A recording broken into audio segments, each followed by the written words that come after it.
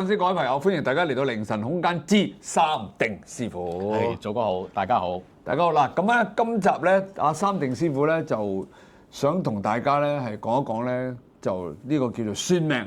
但係咧，因為就咁講咧就好難明嘅，就用一個實例子，就係呢個係我朋友嘅生辰啦，即係出生日期嚟嘅。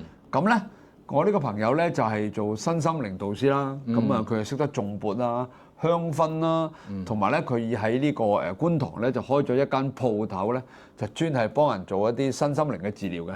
咁佢就透過好多種方法咧，去幫啲顧客咧去做咗好多嘅身心靈嘅治療之後咧，得到好好嘅結果嘅。不過咁，今日咧我就想考下阿三定師傅。嗱，嗰個朋友咧嗰個八字咧就寫咗喺呢度啦。嗱，係啦，你可唔可以為啲粉絲解釋下你第一你點樣做，同埋我呢個朋友究竟係點先？咁第一啦，因為我幫佢算命咧係用易經嘅方法。好嚇，咁佢嘅出生年咧就係1976年嘅。咁啊11月就16號啦。係咁佢嘅生肖咧係屬龍嘅。係咁如果喺易經嚟講啦，佢個立音五行咧係沙中土，咁佢係屬於土命啦。土命，即係土命嘅人嚟嘅。係啦，金木水火土。因為用易經去計。好係啦，得所以同八字啊、紫微斗數會唔同㗎。另外一樣嘢好。係啦，講翻易經係。係啦，好跟住我計算好啦，其實我用幾多時間去因為佢係冇程式去計出嚟嘅，係真係要用人手去計出嚟嘅。哦，OK，即係冇得撳機嘅，撳係啦。電腦嘅。咁如果譬如我啦，因為好純熟㗎啦，我譬如開個盤，大約要花幾耐嘅時間去開個盤咧？係。咁大約係花1分鐘內。咁快啊？係啊，1分鐘內。咁當然啦，細緻嘢再要寫落去，就嗰度加少少時間咁啦。好得。咁依家咧，我就睇到佢咧，佢嘅出世，由佢出世啦，即係講到佢80年嗰個運勢啦。好。咁同埋講埋佢性格先啦。係啊，咁佢點啊？咁如果我睇到佢性格咧，因為佢個土都偏多嘅，如果用易經計咁佢個人咧做事好穩陣嘅，穩穩定定嘅。穩定。即係穩穩陣陣，即係佢唔想冒險嘅人嚟嘅，佢唔屬於冒險嘅人嚟嘅。係。咁但係咧，佢譬如金木佢其實都唔屬於太多喺易經嚟計。咁再加埋睇翻佢個變爻嗰度啦，咁佢個爻位嗰度咧，我睇到咧，咁佢適唔適合做一個大老闆咧？咁唔係咁適合。哦，小老闆就冇問題。係啦，即係佢同人合作需要，佢需要同人合作嘅。咁因為最重要咧，你要知道自己係咪嗰個材料嘛。咁如果你夾硬去衝嘅，咁最後你揾幾多係損手爛腳，冇意思㗎。冇錯。咁佢個命運嘅特性啦，因為易經計命運嘅特性咧，即係佢個主命嘅特性咧，係都嗰個特色咧係好準確嘅。譬如佢呢條命主要嘅特色佢係肯鑽研一件學問咁啦。或者從事藝術咁係非常之好嘅。咁佢而家從事緊身心靈咯。係啦，如果佢係好專注去研究呢個身心靈咧，亦都係非常之好嘅。即係精。佢可以學到精。咁因為你學得叻唔叻，就要睇佢個命係 O 唔 OK 嘅。咁佢呢個身心靈配唔配合佢呢條命咧？佢呢個職業如果我咁樣睇翻咧，佢配唔配合身心靈？因為身心靈行業咧屬於火。咁佢個職業又係金，咁佢沙中土，其實唔係最適合。唔係最適合。變咗咧，佢要做呢個行業咧，就要付出比較多啲嘅。唔係唔 OK，係要付出比較多啲。即係有啲要經過努力先可以能夠達到更加好嘅。係啊，因為如果係夾嘅時候咧，因為佢命入邊嗰啲卦象全部都好夾咧，佢又做啱行業咧，係好容易揾大錢。即係要夾嘅。要夾嘅。咁既然佢都做咗咁耐，咁你要叫佢轉行唔係咁容易噶嘛。咁我哋最多咧，譬如睇佢命運個特色咧，即係譬如佢行到幾時咧，係有啲咩需要注意，要同佢講翻咯。咁譬如依家就講翻啦，因為佢主卦都屬於係唔錯嘅，咁佢家庭出身咧亦都係唔錯嘅。係啊，佢家庭出身係唔錯嘅。咁即係家境咧係唔會憂柴憂米嗰只先。哦，都好即係屋企人唔咧，屋企人啊生完佢出嚟，咁唔使話即係即係揾朝唔得財困咁樣係啦，啊，冇錯，跟住又浪嗰樣嘢，跟住啲生意又失敗，又唔係嗰啲嚟嘅。OK 咁佢都屬於係唔錯㗎。嗯，即係咁同埋咧，易經計算命咧，係咁佢頭嗰20年咧，嗯係會影響佢父母嘅運。哦，係啦，即係呢個20歲之前，係啦，20歲之前係呢20年咧係影響佢父母嘅運嘅。咁如果假設佢3年後又生個第二個咧，咁就以最細嗰個嚟計㗎啦。哦，係啦，咁起碼我知道個啱啱佢父母生完佢出嚟個家境都係唔錯嘅。哦，咁都係啦 OK 啊。咁跟住咧，仲有咧？跟住咧，同埋佢細個學習咧，其實佢因為佢主要啦學習運係唔錯啦。咁其實佢個學習運係 OK 㗎，讀書係唔係差嗰只咯？你話係咪好叻咧？又唔係嘅。因為好叻，我要睇埋另外一樣嘢，佢本身個人嗰度，即係佢個人格嗰度。咁其實咧，我譬如依家計翻因為好多時咧，有啲客咧，佢係嗰個歲數咧，如果係得個20零歲咁啦，咁佢人生經歷唔係太多嘅時候咧，咁如果佢俾咗個時辰八字係錯嘅咧，咁未必係計得到嘅喎。哦，咁如果個人生經歷係豐富，譬如佢50、60歲即係有翻咁上下咧，就算佢唔見咗個時辰八字咧，我可以幫佢計到你究竟係邊個時辰八字出世，我都可以計到嘅。因為同佢推咯，譬如嗰段時間發生啲乜嘢，同佢推，跟住咧就會演算到如果係幾樣都中嘅，最初期嘅幾個年份都中咧，咁呢個命就係佢噶啦，亦都係好準確嘅。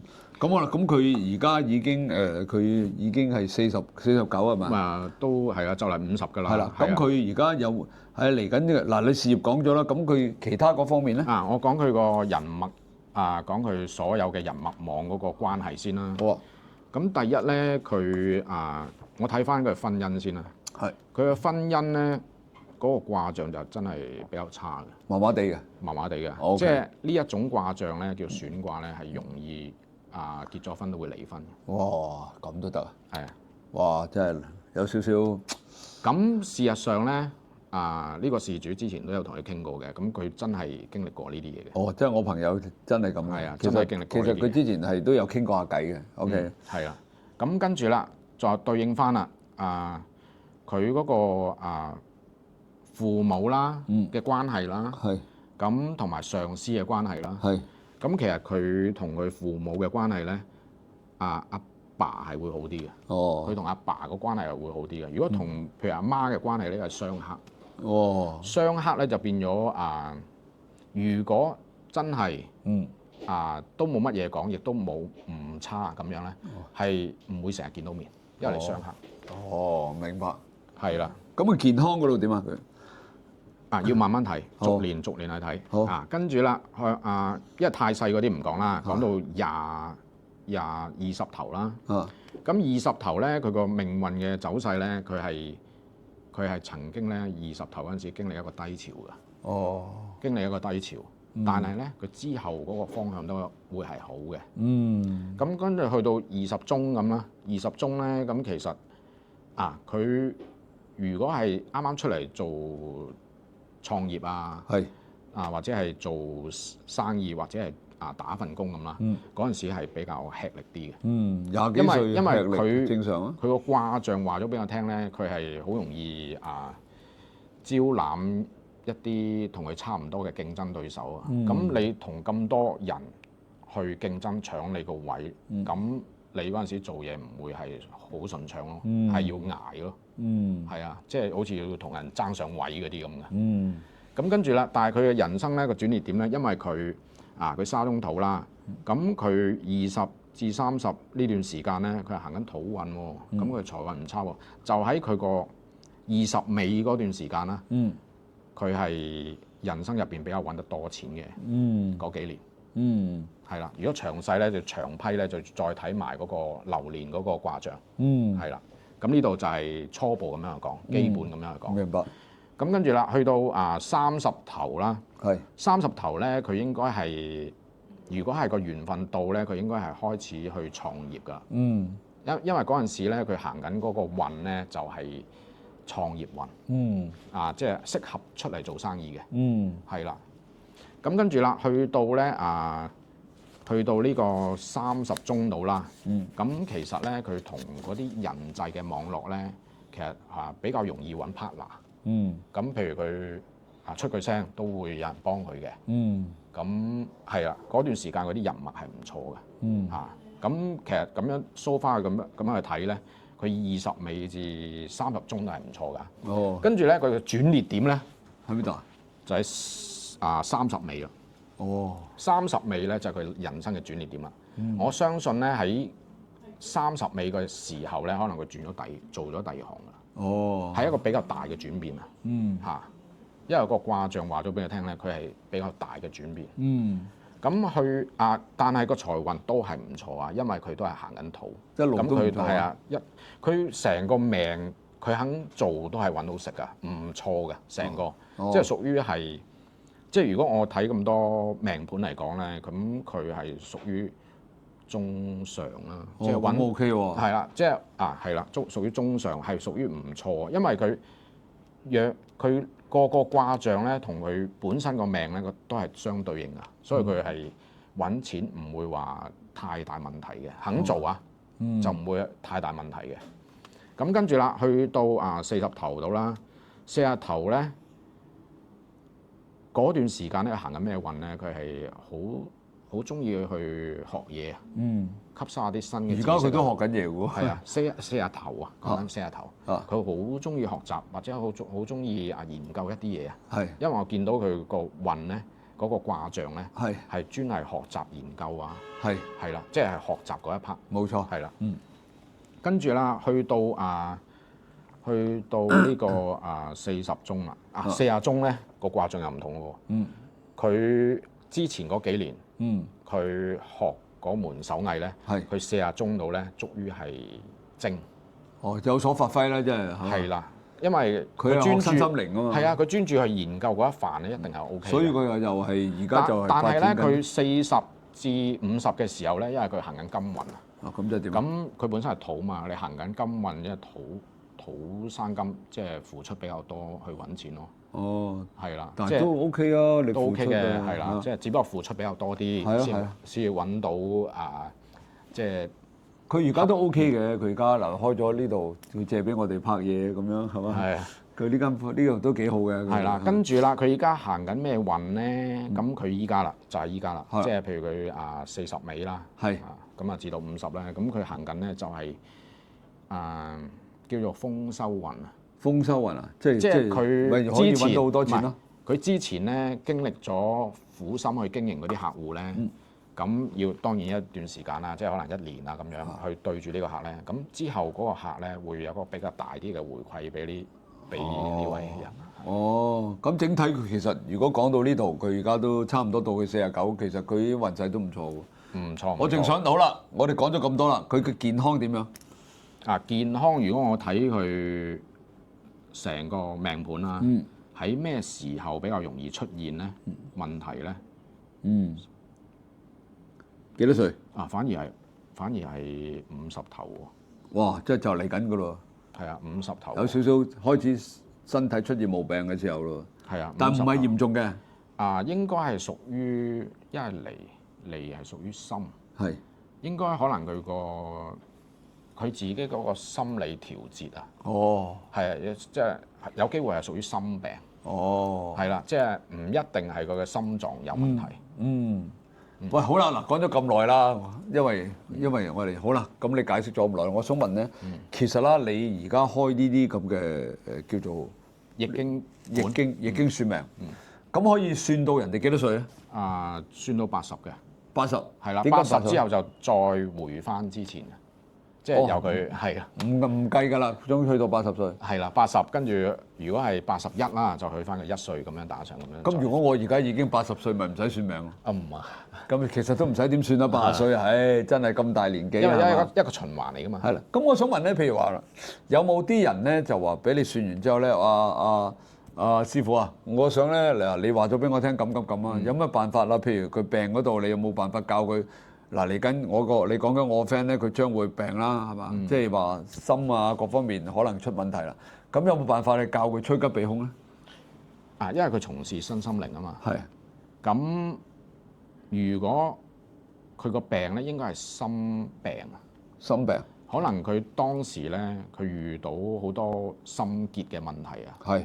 咁佢應該要多啲同人去溝通，去 share 去分享，跟住或者即係好似我之前咁講啦，即係佢去接地氣啦。哦，用嗰個方法咧接地氣嘅方法。接下地氣係。咁就可以，即係其實每一樣嘢係咪都有解決嘅方法㗎？有，即係唔會話一樣嘢就，即係你睇呢啲會唔會有冇睇唔睇到話，譬如佢會即係俗啲講句啊，嚴重意外甚至瓜老襯呢啲嘢咧。因為有啲卦象咧，因為佢個命真係唔係咁差。哦，就係佢本身佢冇問題啫。係啊，但係有啲卦象咧，又講一個例子，有冇啲卦象喎？睇到佢真係可以。例如佢個主命咧，佢個主命係無妄卦咁啦。無妄之災嘛。哦，無妄卦。咁可能佢出世嗰陣時咧，可能就係身體會出現一啲問題啦。可能佢身體機能可能會跛啊咁樣。因為我算過有啲客戶咧，咦，我一睇，咦，佢個主命係無妄喎，即係佢個家庭出身個情況都唔係咁好咯。第一，因為佢主卦唔好嘛。哦，咁即係啱啱阿爸阿媽生佢出嚟嗰陣時，嗰個運勢唔係咁好啦。即係亦都係憂柴憂米嘅，即係係啦。咁再加埋無妄，即係佢當時係會容易咧出現一啲意外，即係身體出現啲即係有啲特徵嘅毛病。咁而嗰個客人咧，亦都係要揸拐杖嘅。哦，咁樣噶，哇！即係會趌下咁樣。其實都好準喎，如果咁樣，呢個易經呢個算命呢度。因為佢睇特色係最快嘅，係嘛？我一睇已經知佢發生咩事。哇！有冇嗱？好啦，咁有冇啲可以睇得到佢個算命裏面算到佢幾多年幾多月，或者係大約係邊度日子會有個嚴重嘅意外咧？嚴重即係唔係講佢啊？我講緊有冇啲咁嘅例子咧？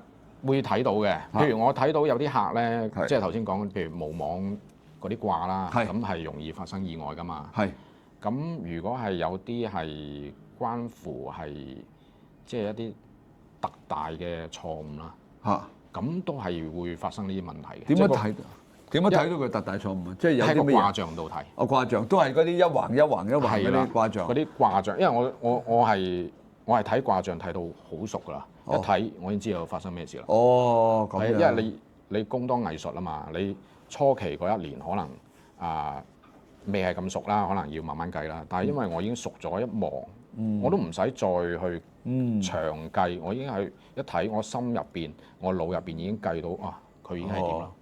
咁如果真係俾你睇到佢有一個大嚴重嘅意外嘅時候，點樣避免啊？你教佢可唔可以教到避免？如果未發生之前啦，未發生啦，係。如果未發生之前咧，我建議佢咧嗰個意外保嗰度買多少少。嚇，咁即係話佢一定發生㗎咯？唔係，保障自己啫。呢個第一個啦。係啦，因為你喺之前部署定有真係避唔過，咁我起碼有嚿資金去處理嘛。咁都係幫佢未雨綢繆。係啊，好。咁如果譬如避開，咁可以喺屋企嗰度，屋企嗰度咧擺即係當時嗰個情況咧，就幫佢擺啲咧容易令到佢咧，即係個身體唔會咁多問題嘅，因為嗰啲叫即係健康化煞啊。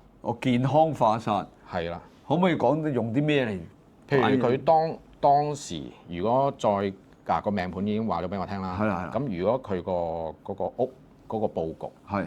咁啱當年嗰個病位就係佢瞓緊位嘅，咁我就要諗一個最可靠或者最有效嘅方法幫佢化咗佢，等佢減輕或者係即係擺啲風水陣，係減輕或者係冇。咁如果意外咧？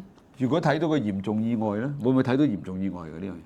意外咧，咁因為意外你喺屋企擺有冇關係咧？如果喺屋企擺？如果係意外啦，即係佢條命入邊，我睇到佢容易發生意外啦。嚴重意外，我講緊嚴重嘅。咁如果係嚴重意外，你牽涉到佢個主命都係好差嘅。係啊，因為好多嘢即係愣住啊！即係唔會就咁無端係啊，端。如果佢個主命係好咧，發生大嘅意外比較少。哦，係啊，即係如果佢主命係好差嘅，咁佢其他佢當佢行到嗰個位嘅時候咧，即係佢命運嗰幾年即係比較差嘅時候啦，就機率就大好多啦。哦，咁但係有冇得化咧？我講緊有點化法咧？意外我講緊要攬啲飾物定係點樣咧？如果譬如之前咧可以部署定嘅，因為所有嘢都講部署。咁譬如我知道，即係我舉個例我知道我2027年會比較容易出事嘅。係。咁我喺2026年咧，即係部署定啦。第一，咁係買意外保嗰度，可能買多啲啦，係啦。係啦。咁仲有咧？其次咧就係屋企個風水佈局啦。又要擺咯。係啊，跟住留意翻佢個電話號碼啦。哦，所有嘢你都同佢執過晒佢？唔係，所有嘢幫佢跟一跟，睇一睇需唔需要改。哦，明。係啦，有啲係唔需要就唔使改。哦，即係盡量能夠睇到佢要改嘅，都同佢執過一次佢。係啦，即係我覺得，因為你有啲位係真係唔 OK 噶嘛。係。咁你改咗個，你個運都會唔同噶嘛。哦，冇錯。咁有啲人咧，佢現在講緊現在，佢可能揾好多錢㗎。但係佢電話號碼個總掛唔得㗎喎。哦，咁咪又會冇晒錢？唔係。佢係有機會咧，之後佢當佢嘅運勢唔係咁好嘅時候咧，就應晒電話號碼個唔好嘅總掛即係內容。又係要用各方面嘅嘢去同佢改。係啊，因為全面性嘅。就唔係帶啲嘢上身就得㗎啦，咁樣。帶啲嘢係有譬如帶啲聖物咁啦，咁有啲法術效果嗰啲咧都有幫助嘅。如果係一個好虔誠嘅宗教咁啦，好虔誠嘅咧，都有幫助嘅。但係你就會同佢睇晒所有嘢電話名因為呢啲全部都係要好仔細去幫佢分析嘅。明晒，咁我就明晒啦。即係唔係話單憑一樣嘢，雖然睇到個盤睇到啲有問題，就唔係單憑一樣嘢就可以搞，一定要逐樣睇完之後，盡量都可能將所有嘢同佢搞一搞。係啊，即係譬如講翻今年咁啦，因為今年係同人卦啊嘛。咁如果對應翻佢條命啦，我亦都可以睇到佢喺今年邊段時間係揾得多錢啲，或者係會邊段時間係比較差啲，我都可以睇到嘅。即係我諗，其實即係風水玄學嘅嘢咧，即係絕非咁簡單。我可能即係你計啲數寫到一大堆嘢，我都唔知佢寫乜啊！真係，因為符號嚟嘅，係咯，啲符號啊，係啲卦象嚟嘅。係咯，咁啊，其實呢個就係正正你學術上面嘅叫做易經。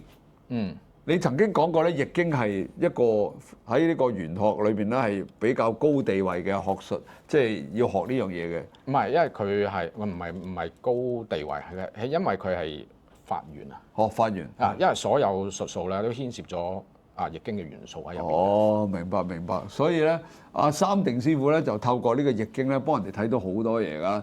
喂，咁呢集咧我哋都 OK 啦，係嘛？將我朋友其實佢講得都好準嘅，不過佢唔識佢。